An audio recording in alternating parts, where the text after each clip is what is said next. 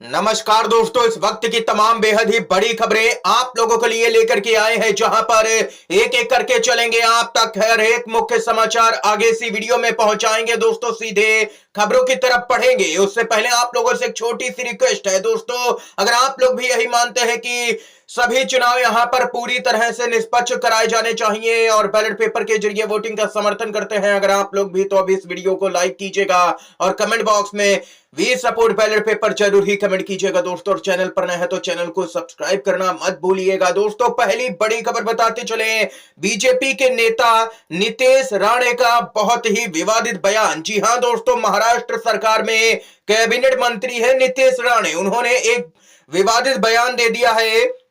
नीतीश राणे ने कहा कि हम ईवीएम की वजह से चुनाव जीते हैं और हमने इस बात से कभी इनकार नहीं किया है, पर विपक्ष ईवीएम के मीनिंग को समझने में नाकाम रहा। इसका मतलब है एवरी वोट अगेंस्ट मुल्ला। ये यहां पर नीतीश राणे दोस्तों देख सकते हैं, महाराष्ट्र की सरकार में कैबिनेट मंत्री हैं, बीजेपी के नेता हैं और इस तरीके के भड़काऊ और विवादित बयान देते हुए नजर आ रहे हैं। खास बात तो यह है कि अभी तक भाजपा आलाकमान ने कोई भी कार्रवाई नहीं की है ऐसे नफरत भरे बयान देने वाले नेताओं पर। दोस्तों देख सकते हैं कि सेकुलर देश में मुसलमानों के खिलाफ में ऐसी बयानबाजी की आजादी आखिर बीजेपी नेताओं को किसने दी है और क्यों दी है, सबसे बड़ा सवाल यही है। आप लोगों की क्या कुछ राय है नीतीश राणे के इस विवादित बयान पर? कमेंट बॉक्स में अपनी महत्वपूर्ण राय दोस्तों जरूर ही बताइएगा। इसके साथ ही एक और बड़ी खबर की तरफ बढ़ते हैं।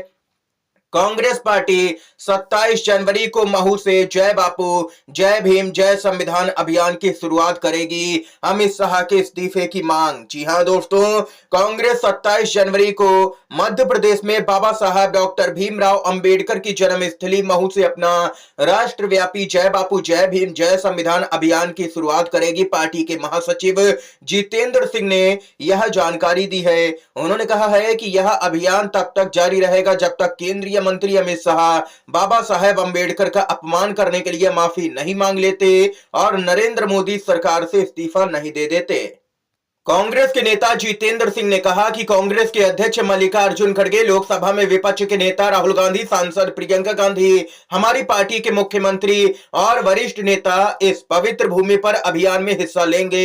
ये यहां पर कांग्रेस पार्टी अब पूरी तरह से अमित शाह के खिलाफ मोर्चा खोलने की तैयारी कर चुकी है। दोस्तों इसके साथ ही एक और बड़ी खबर की तरफ बढ़ते हैं। बिहार की राजनीति में हलचल तेज।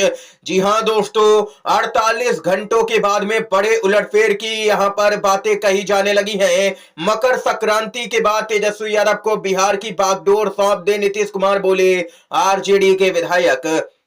आप लोगों को दोस्तों बताते चले, बिहार में इस साल विधानसभा का चुनाव होने वाला है। इसको लेकर के सूबे में राजनीतिक हलचल तेज हो गई है।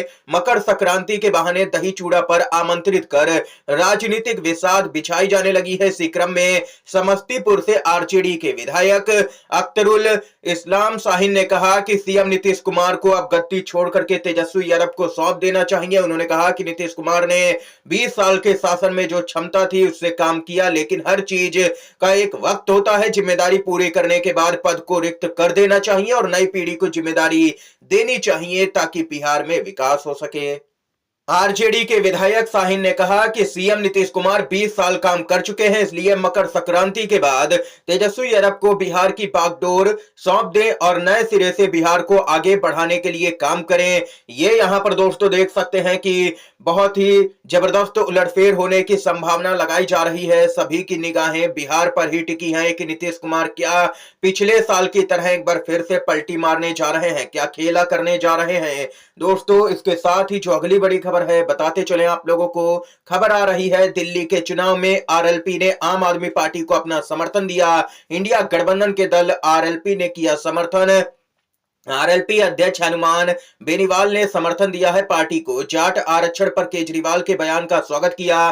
केजरीवाल ने समर्थन के लिए धन्यवाद किया। इससे पहले यहां पर शिवसेना, यूबीटी, अखिलेश यादव की पार्टी, समाजवादी पार्टी और ममता बनर्जी की पार्टी टीएमसी ने भी आम आदमी पार्टी का समर्थन किया है। दोस्तों इसके साथ ही दिल्ली में खेला होगा। केजरीवाल ने कांग्रेस को हरियाणा, गोवा, गुजरात में काफी नुकसान पहुंचाया था। नतीजा कांग्रेस चुनाव हार गई। अब लगता है कि दिल्ली में कांग्रेस आम आदमी पार्टी को यहां पर जबरदस्त झटका देने की तैयारी में है। जिस मजबूती से कांग्रेस पार्टी चुनाव लड़ रही है, आम आदमी पार्टी को 15 से 20 सीट पर जबरदस्त नुकसान हो सकता है। कांग्रेस के पास में 0 सीटें थी, अगर फिर से 0 भी आई तो कुछ गंवाने को नहीं है कांग्रेस के पास में, लेकिन कांग्रेस के वोट बैंक बढ़ने से आम आदमी पार्टी को 15 से 20 सीट पर नुकसान हुआ तो यह बहुत बड़ा नुकसान होगा आम आदमी पार्टी के लिए दोस्तों। इसके साथ ही एक और बड़ी खबर की तरफ बढ़ते हैं। जी हां दोस्तों, खबर आ रही है सीजीआई और सुप्रीम कोर्ट के बाकी जजों के खिलाफ में जांच नहीं कर सकता है लोकपाल, लेकिन पीएम सभी केंद्रीय मंत्री समेत बाकी सभी लोग दायरे में शिकायत पर दिया गया बड़ा फैसला। आखिर मामला क्या है दोस्तों, बताते चले। यह फैसला लोकपाल के चेयरमैन के तौर पर जस्टिस एएम खानविलकर ने सुनाया है। उन्होंने स्वयं भी यहां पर यह फैसला दिया और स्वयं भी वहां सुप्रीम कोर्ट में जज रहे हैं। लोकपाल ने कहा कि देश के मुख्य न्यायाधीश यानी कि सीजीआई और सुप्रीम कोर्ट के बाकी जज उसकी जांच के दायरे में नहीं आते हैं। लोकपाल ने यह फैसला पूर्व सीजीआई डीवाई चंद्रचूड़ के खिलाफ में दर्ज करवाई गई एक शिकायत पर सुनाया है। उनके खिलाफ में शिकायत तब की गई थी जब वह सीजीआई के पद पर थे। लोकपाल ने इस शिकायत को खारिज कर दिया है। लोकपाल ने इस शिकायत को लेकर के कहा कि असली मुद्दा जिसका उत्तर सबसे पहले दिया जाना चाहिए वह यह है कि क्या सीजीआई या फिर सुप्रीम कोर्ट के जज लोकपाल और लोकायुक्त अधिनियम 2023 की धारा 14 के अनुसार लोकपाल के अधिकार क्षेत्र के अंतर्गत आते हैं। लोकपाल कानून की धारा 14 में उन पदों के नाम लिखे हैं जिनके खिलाफ में लोकपाल जांच हो सकती है।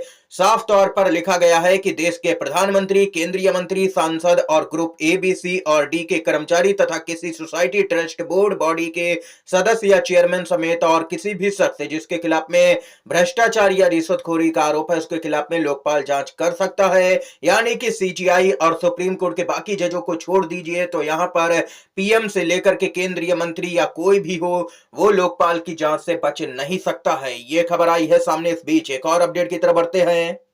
जी हाँ दोस्तों, बीजेपी के नेता प्रवेश वर्मा के पते पर दर्ज फर्जी वोट, चुनाव आयोग को अरविंद केजरीवाल की चिट्ठी, किया है बड़ा खुलासा। दिल्ली विधानसभा चुनाव 2025 को लेकर के सियासी पारा चढ़ा हुआ है। मुख्य लड़ाई सत्ताधारी आम आदमी पार्टी, कांग्रेस और भाजपा के बीच मानी जा रही है। पूर्व सीएम और आम आदमी पार्टी के मुखिया अरविंद केजरीवाल लगातार बीजेपी पर फर्जी वोटर्स के रजिस्ट्रेशन का आरोप लगा रहे हैं। अब उन्होंने अपने खिलाफ नई दिल्ली विधानसभा सीट से खड़े हुए बीजेपी के प्रत्याशी प्रवेश वर्मा पर हमला करते हुए चुनाव आयोग पर भी हमला किया है।